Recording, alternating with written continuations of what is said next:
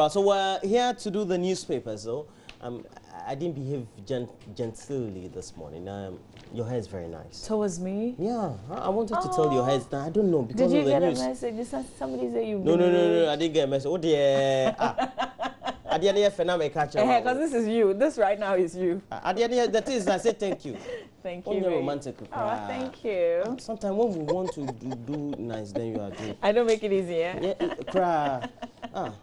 Okay, let's look at the front page of the Ghanaian Times. It has the stories. CDS IGP1 will deal ruthlessly with troublemakers. We also have NDC and PP supporters clash at Asokore. And we have 4 filed to contest as as candidate of a National House of Chiefs. And then children getting type 2 diabetes from eating junk food. Oh, well, for all the important stories on the front page, I want to read this one, the junk food thing. Yeah, especially when we know that we're growing up, we have a lot of kids these days. You just have to be careful about junk food and no doubt. Okay, it says many children in the country, not other countries, Ghana, are apparently now developing type 2 diabetes, says Dr. Philip Nyineku of the Emmanuel Community Hospital in Accra.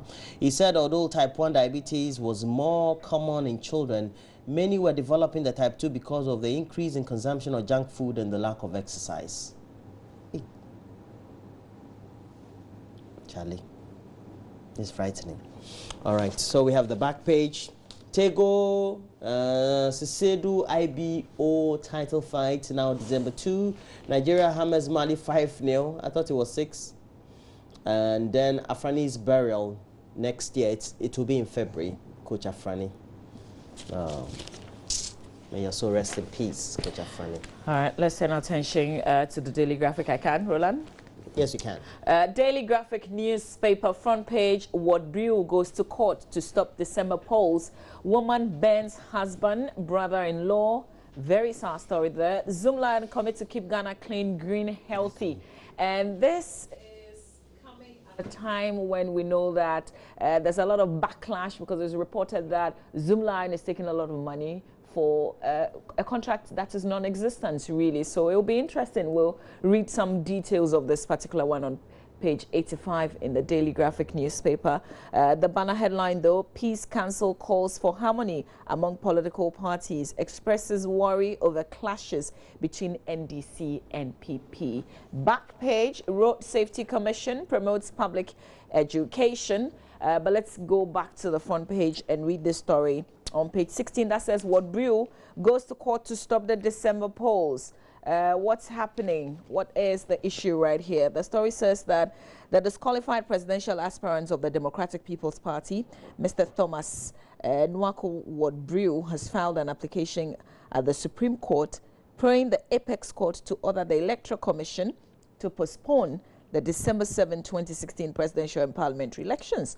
He also wants the courts to direct the EC to allow him to effect the necessary correction on his nomination forms to enable him to contest the polls. According to Mr. Ward Brew, the postponement would give disqualified presidential aspirants, including him, ample time to campaign. He's accordingly praying the Supreme Court to extend the period of time for the submission of nomination forms. This issue is definitely back. Remember the first time there were some disqualified aspirants and they went to courts. The Supreme Court said, give them enough time, let them correct the mistakes. We had some people join the race back, including Nana Kunedo Rollins and, of course, Dr. Papa Kwesi Indum. And Mr. Ward Brew wants a similar thing to happen. This would mean a postponement of the general polls. We have to wait to hear details of that case. But let's go to 85. Okay. Let's go to 85. This sad story. 85. Okay. A woman burns husband, brother-in-law. And the story says that a 38-year-old woman, Comfort Agbalushi, has been arrested by the Tema General Police Command for allegedly setting her husband ablaze. Lawrence Inkem, 45, a Nigerian, and husband of the suspect, was burnt when his wife allegedly set fire to items of clothing soaked in kerosene and threw them into the room where Lawrence was sleeping and locked the door. The victim, however, survived the ordeal but is currently in a coma and on admission at the Kolebu Teaching Hospital. The victim's brother, Benjamin Oyem, who is 42, was also sleeping in the same room, however, died in the course of the burns. Oh, yeah, this is very sad, but you might want to grab the paper and read as to why the woman even attempted to do something like this. This is really, really a very sad story. But this story about Zoom Lion actually says that it's committed to keep Ghana clean, green, and healthy. In the middle of this, and this was a statement issued by the head of communication of the Jospon Group of Companies, the parent company of Zoom Lion, Mrs. Sophia Lisa in Accra yesterday.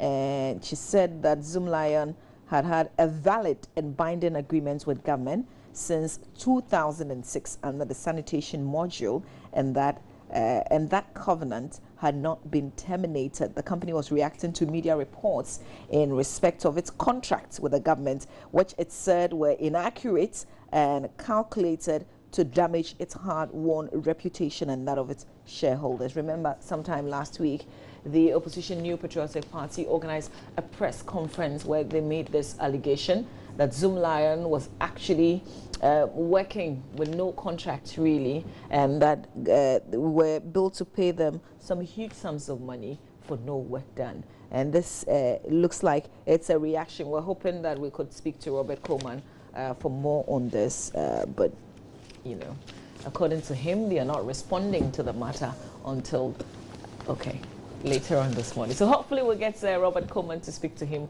on this particular reaction. This is the first time Zoom Lion is reacting, by the way, to the opposition NPP's claim. So we'll touch base. Hopefully we'll get some more from him. Roland. Well, so we have Nanado Danko Kufado in the Volta region from over the weekend, and I hear the crowd was massive.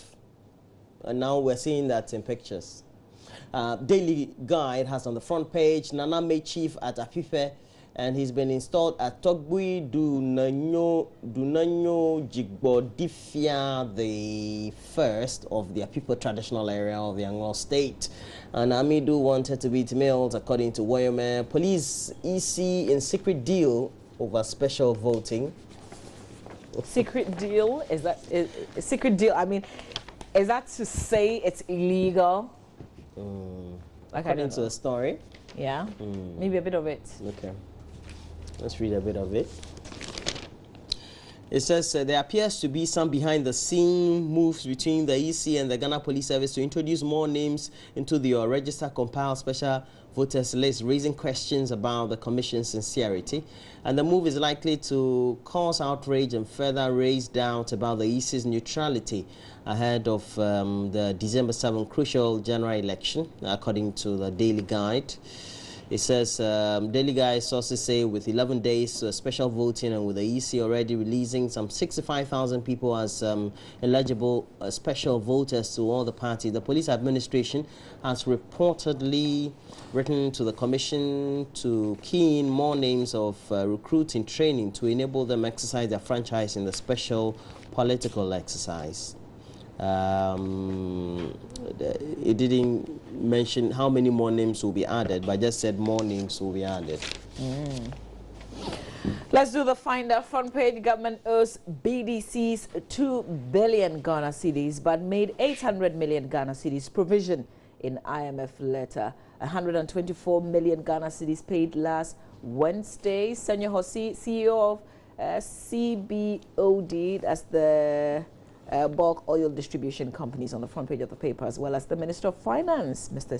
Tekwe. Only 39% of SHS students complete school, UNESCO, according to a UNESCO report. RLG dares Boache Jacko to provide evidence, stop the tribal politics, Ekofuado to Mahama. And I pity Northerners calling for change. That's a statement made by the president. All right, so this a bit of this story. Only 39% of SHS students complete school, according to this UNESCO report in the Finder newspaper. It says that the 2016 Global Education Monitoring Report has revealed that only 39% of senior high school students are able to complete their education. In addition, 53% of junior high school are able to complete education, the report said. This according to the report entitled Education for People and Planet, Creating Sustainable Futures for All, means that a significant portion of Ghanaian youth are not able to progress from secondary school to the tertiary level. Details of that report you can read on in the newspaper. That's the Finder. On the front page of the Daily Dispatch newspaper, Ben Epson, the pollster, continues with his predictions as to who could retain or not win which seat, etc. It says Sena Okitidua of Lojokuku likely to win, and Patricia PJ of Asokwa also is coming out tops. Ben Epson, Asokwa, the SNA was predictable. Kufuado, tricking Ghanaians with empty promises, story attributed to President Mahama, also on the campaign trail. And the president had been up north in some of the northern Ghana regions and speaking to a number of things. But Mama V, you didn't say that the Daily Graphic has a pullout. Oh yes, they do. The Daily Graphic has a pullout. Your MPs has a pullout of all the presidential candidates. Is it MPs? And the parliamentary. Yes. Well. Okay, the parliamentary candidates. Sorry. So it's there. It starts from I believe. It caught my eye. It's actually. a pullout. It's a very whole colourful. Okay. Whole pullout. So grab a copy of the Daily Graphic. Get to know your parliamentary candidates, all of them. I'm buying one myself after here. I know mine. Oh sure. Do you know all of them? I know my area. I mean, what am I saying? Like, no, all. But you've moved. I haven't, not yet. Have you transferred your votes? No, I haven't. What happened? I haven't. Right. All right, so we're done. Okay, let me with see. Let me see whether I'll see Ashama. I mean, I live in Tama West, but Ashama so is they've got the current member of parliament. Let me see. These are the current MPs, not those contesting. Okay, we have Greater Accra. Not all the... Do you still fall in the Ashaman constituency, Roland? No, I don't vote there. It's my parents. Say me lobby na me politics man. That's a place. In Tina, woman now can come home some Ashama. Okay, so this is it. You don't live there. You don't have to stand there. No, but that's what. But now the parties. Small now the parties. Where do you come from, Roland? I live in Tama West. No. Where's your hometown? I come from many places. Number one, Akuse. It's in the eastern region. Okay, your father's side. Partly mixed. So we all come from different areas. Oh, yeah, too long. But let me ask. So which of the areas would be easy? Do you think, if you stood, Ashama. Like that one is not your dad, it's you. No, Ashama dear. Ashama dear is.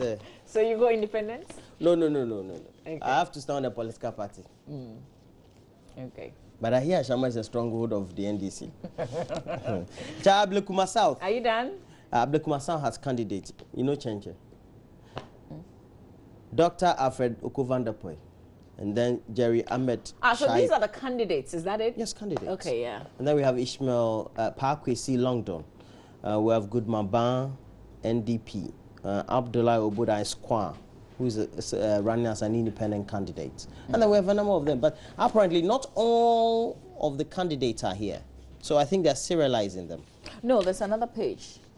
Yes, there's another page, all right. But not all of the candidates. Not all of them? Here. Yes, okay. I think. All right. Because the voter... Because, it could be all of them. Nope. I think it's all, because they've got lots of pages. No, it could be because all we have, I think, 46 or 47 Take your in time Greater and check. Accra. It could be all. They would have said it. But if you still don't know who is contesting in your area, the graphic is making the graphic is making that available for you. Let's quickly do the online review. We start off with myjoyonline.com. Okay, so pain is a message from the morning man, Kojo Yankson. He shares on the Super Morning Show every weekday. Also, ECG outlines strategy for doom-so-free December polls. It will be interesting to take a read. Moving on, Hope campaign endorses Akufo-Addo for president. Also, Ghana's public debts.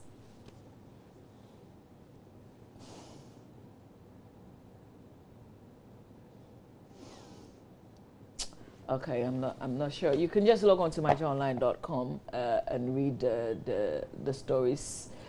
Let's go up, Fred. Let's go up a bit. Let's read the. Okay, so ECG outlines strategy for doom-so-free December. And then after the election, what happens? There will not be strategy. Can you kindly just click on the story for us to live well? No, you remember last week, I don't know if you listened to that particular portion. You know what happened at the conference center last Wednesday when the Judicial Service was launching the manual on elections? When we had the members of the diplomatic corps and diplomats. Exactly. And then Osea Meya was on the show on Friday and said, listen, this could be, it could just be something bigger to look forward to on December 7, on election day. It could just be telling you. We could be having blank spots. So this is cool. So the Electricity Company of Ghana has presented an elaborate plan to the National Security and the Electoral Commission on the supply of uninterrupted power during next month's presidential and parliamentary elections.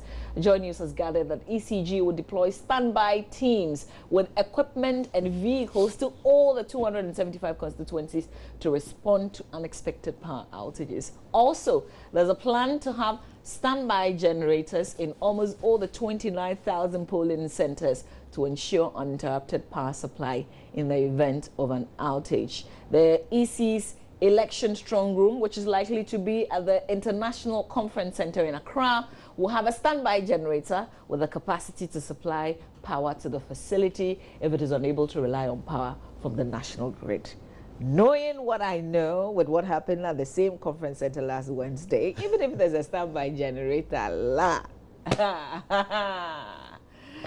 except we have to try the generators, put them on, and see that they are running, and then, you know. I thought we could do solar. I thought after 2012 we're toying with the idea of having at least small miniature generators in each of the polling areas. I thought, was this long talk like that?